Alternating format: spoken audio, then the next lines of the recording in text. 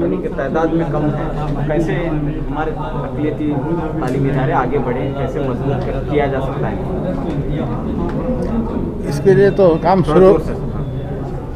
तो शुरू होना है। पहले बहुत जोश था लोगों में। अब मैं 20-30 साल के पहले की बात कह रहा हूँ। अब थोड़ा कम हो गया है। अब लोग बढ़ गए हैं। अब ज़्यादा अपनी फ़िक्र में ही, कौम की फ़िक्र में ज़्यादा लोग नहीं हैं। इसलिए लोगों को जोड़ना है, उनको बताना है कि इज्तिमा में ही ताकत है।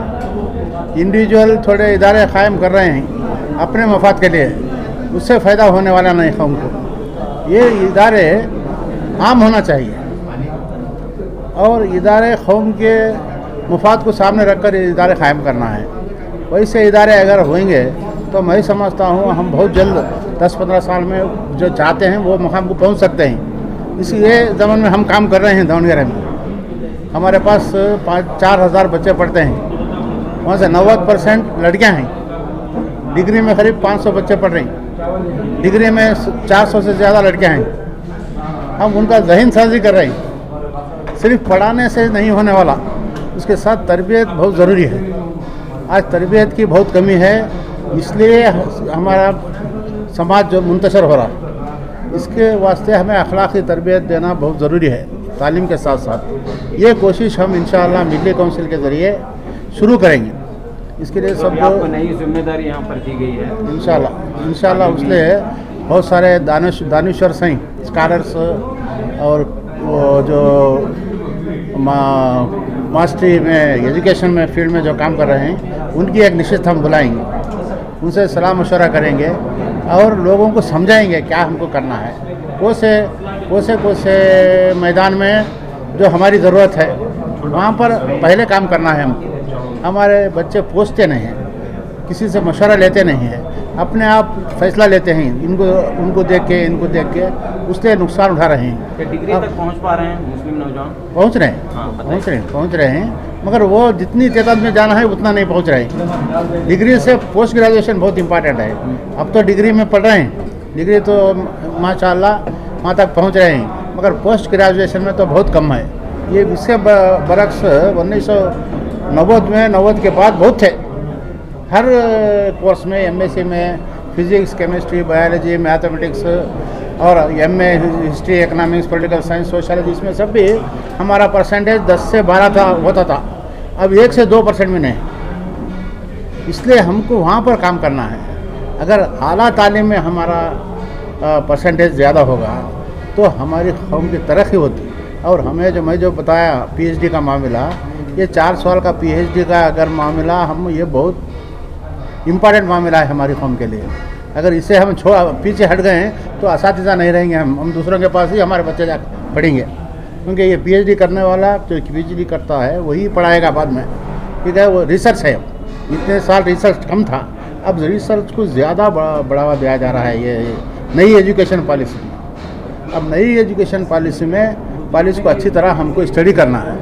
उसे कितना हम फ़ायदा उठा सकते हैं उतना फ़ायदा उठाने के लिए कोशिश करना है। हो सकता है चंद कामयाबी हैं, क्योंकि तो ज़्यादा खुद वो बीजेपी है, आरएसएस के लोग भी हैं, वो ड्राफ्ट बनाते हैं, तो कुछ गलतियाँ हैं वहाँ, उसको दुरुस्त करना और जो हमारे लिए बेहतर है उसको हमें अपना लेना। शुक्रिया। सलाम। ये जो आज का जो इजलास है, ये ऑल इंडिया मिलिट्री काउंसिल का जनरल बॉडी इजलास है। तो इजलास उमूमी में जिन चीज़ों का हमने जायज़ा लिया है, सबसे पहले जो है मुल्क की और हमारे सूबे की फ़िरका वाराना सूरत हाल कि ये सूरत हाल कैसी है, और उसके ऊपर जो है जो अवामिल सामने आ रहे हैं, जो असबाब सामने आ रहे हैं, तो उनका जायज़ा लिया गया। उसके ज़िम्मन में हमने जो फ़ैसले लिए हैं वो फ़ैसला ये है कि ऑल इंडिया मिलिट्री काउंसिल जो एक प्लेटफार्म है और जो पूरे मुल्क में काम कर रही है, तो इस वक्त फ़िरका वाराना सूरत हाल जो हमारे स्टेट में ख़ास तौर से बनती जा रही है, तो उसका मुकाबला ऐसा होना चाहिए कि हम उसके जो चीज़ें जो सामने आ रही हैं तो उनके बदल में हमारा एक प्रोग्राम हम पेश करें और उसके साथ साथ जो है हमारी जो आइंदा जो मुस्तक़बिल में जो इस तरह से हुकूमत की तरफ से जो फैसले आ रहे हैं तो उनको हम तमाम अपने अरकान को साथ में लेकर और उसके साथ में जो है उस सिलसिले में कुछ काम करें, जैसा कि वकला हैं और उसी तरह से जो है जो कानून जानने वाले हैं तो उनसे मशवरा करके हम जो भी हो सकता है उसका जो है कोशिश करें कि वो चीज़ ख़त्म हो जाए और वो चीज़ जो है सामने आ जाए। इस सिलसिले में रियासती हुकूमत से या फिर मरकज़ी के जो नुमाइंदे उनसे मुलाकात का कोई मंसूबा है यहाँ के जो मसाइल को लेकर?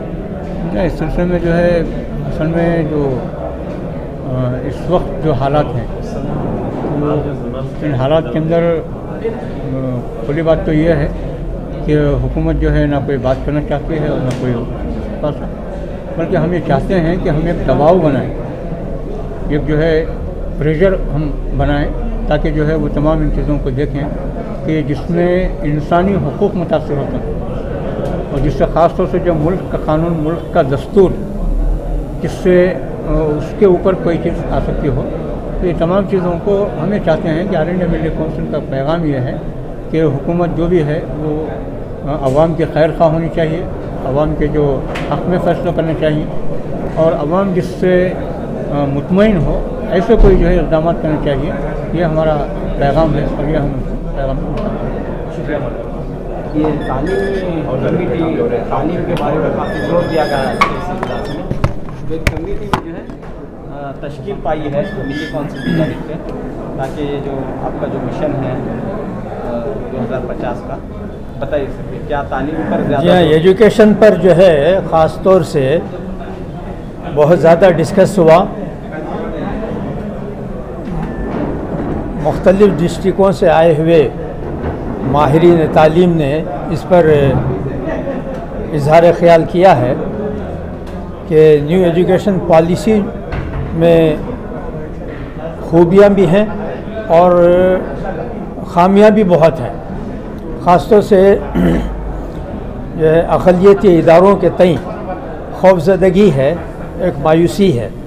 ख़ास तौर से दीनी तालीम के ताल्लुक़ से मदारिस का क़याम, मकातिब का क़याम वग़ैरह वग़ैरह, उसके ताल्लुक़ से उसमें कोई वाज़ेह हिदायत नहीं है। तो ये तय हुआ है कि एक हम कमेटी बनाएं रियासती सतह की, तो वो 7 नफरी कमेटी हमने बनाई है और उसका कन्वीनर हमने सैयद सैफुल्लाह साहब को बनाया है।